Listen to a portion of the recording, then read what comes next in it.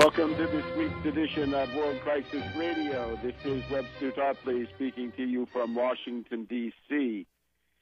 This week we have to deal in a later segment with the reports of the death of Colonel Gaddafi of Libya, and horrifying and outrageous spectacle of public officials acting as ghouls, from Obama to Sarkozy to Cameron to Ban Ki-moon to the European Union and so forth, gloating over the death of an authentic Arab revolutionary leader. There's some question about what exactly happened and who was killed. We'll get to that in a later segment. We've also got to deal with the fact that Harrisburg, Pennsylvania, is now bankrupt, the capital of one of the largest and most important American states, the Keystone State, bankrupt.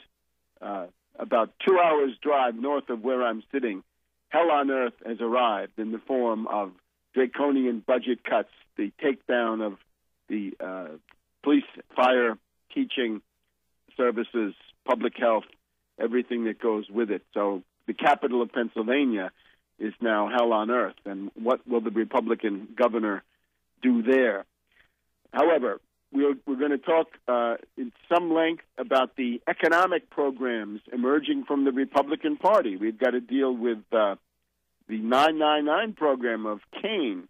We've got to deal with the flat tax now announced by Perry, and we've got to deal with the detailed economic program advanced by Ron Paul. And we're going to be very critical of all of them, primarily, first of all, from an economic point of view. But we're going to devote our first couple of segments to the ongoing Occupy Wall Street agitation, the question of the mass strike and providing leadership for it. In this situation, we're calling for a rebellion in the ranks of the protesters, the goal being to kick out the facilitators, the foundation operatives, the submarines, the sleeper agents, the mind benders, the brainwashers, the saboteurs, the wreckers, and so forth. We've heard now from various naive observers of this that there is no hierarchy of leadership. Well, that is wrong. There is a hierarchy of leadership. It's just that it may not be visible to the naive observer. But certainly behind the scenes, we know what it is. There is no doubt that the Occupy Wall Street is thoroughly under the control of foundation operatives, starting with the foundation that puts its name on it, that seems to produce or contribute to the Occupied Wall Street Journal. That is the Adbusters Foundation of Vancouver, British Columbia. This is a counterinsurgency outfit. They are wreckers. Their goal is anarchy, but it's anarchy used in the service of the ruling elite, I guess, as anarchy always has been. My maxim for the last 30 years has been that anarchists are police agents, everywhere and always. Possible exceptions for literary anarchists who stay at home in their offices and write or whatever they do. But other than this, and this is only a partial exception, anarchists are police agents. Learn it. This goes back to Bakunin. It goes back to Prince Kropotkin. This was one of the major things used by the British Empire against Russia. The Narodnaya Volya shows where this goes, the people's will and their bloody campaigns. In this case, the Situationist International, calling itself that, but really a form of anarchism. And this is what we see coming in. If we look at the website of Adbusters, we'll see that they're calling for international brigades. International brigades would be brigades of unemployed youth in Europe, making themselves available to cross national borders to carry out actions against oppressors and to shut down industrial development projects and so forth. All the things that the U.S., the British, and the CIA want to sabotage, and MI6, don't forget them, the international brigades of Adbusters will be happy to do. If this sounds too sinister, let's look at Kevin Zeese. Kevin Zeese is the top honcho of the Occupy Freedom Plaza, Occupy DC, the organization calling itself October2011.org.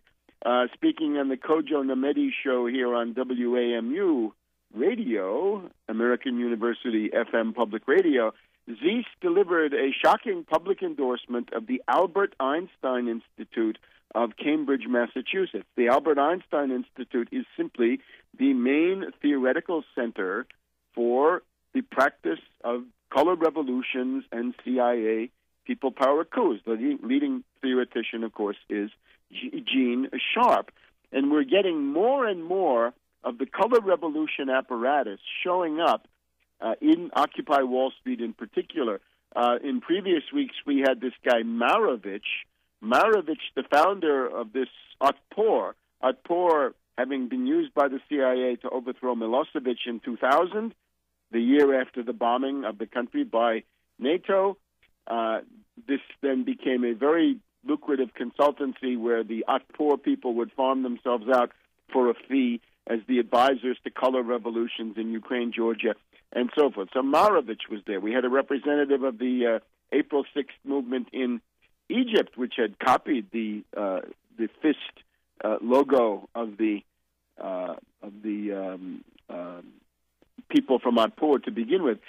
Now, this past week in Occupy Wall Street, we had, of all people, Gonim, the little nerd working for Google and therefore for the U.S. National Security Agency, who is one of the so-called leaders or public figures, I guess, that have emerged from the Tahrir Square agitation in Egypt. And of course, the Tahrir Square, we need to have answers. Why do you insist on imitating Tahrir Square when 25 Coptic Christians were mowed down and massacred by the Egyptian army? And you call that a revolution? You're now under worse martial law than you were before. So from Gonim to Marovich to the April 6th movement of Egypt, it's all the same story. These are not authentic revolutionary leaders. These are people whose job is to pervert, to wreck, to misdirect, to brainwash, and so forth. Now, this week, I had a chance to be on Press TV of Iran in one of their continuous coverage things that they're doing for Occupy Wall Street. And unfortunately, I wasn't able to get a second chance to say something. But one of the news anchors had been talking to people at Occupy Wall Street, and there was a guy. First of all, the question was, do you want to have a hierarchy of leaders? And the answer was, no, we don't want a hierarchy of leaders from a person on the scene. The problem is, dear friends, you already do have a hierarchy of leaders. It is the two top honchos, Schmaltz and his sidekick there from the Baltic states, who run Adbusters. That's your hierarchy. That's what you already have. Don't kid yourself. You have a secret steering committee of 20 people with shaved heads and military bearing, looking like, for all the world, like recent graduates of the Marine Corps. That's your hierarchy until you promote and develop organic mass leadership. One of the people there said that his main concern was public housing. Well, so far, Occupy Wall Street has said zero about public housing. In the same broadcast, I had gone through my 5 or 6 point program. One of the main points is nationalize the Federal Reserve, start issuing blocks of 0% federal credit, 50 to 100-year maturity, $1 trillion per block. And one of the things you're going to do after building road, rail, energy grids, water systems and canals, public buildings, schools, hospitals, public housing is included in that, and that can be done. We have unemployed construction workers. We have the wherewithal, the building equipment they need. All we need is that extra ingredient of money, federal credit, to be added. So therefore, there's an answer to the concern about public housing. Another person at Occupy Wall Street said that their main concern was trade union rights. Wonderful. This is one of the things we need. Repeal the Taft-Hartley Act, the reactionary one, and go back to the Wagner Act, the high side of the New Deal labor legislation that virtually guarantees that you'll be able to have a union if you can organize one. Back in a minute.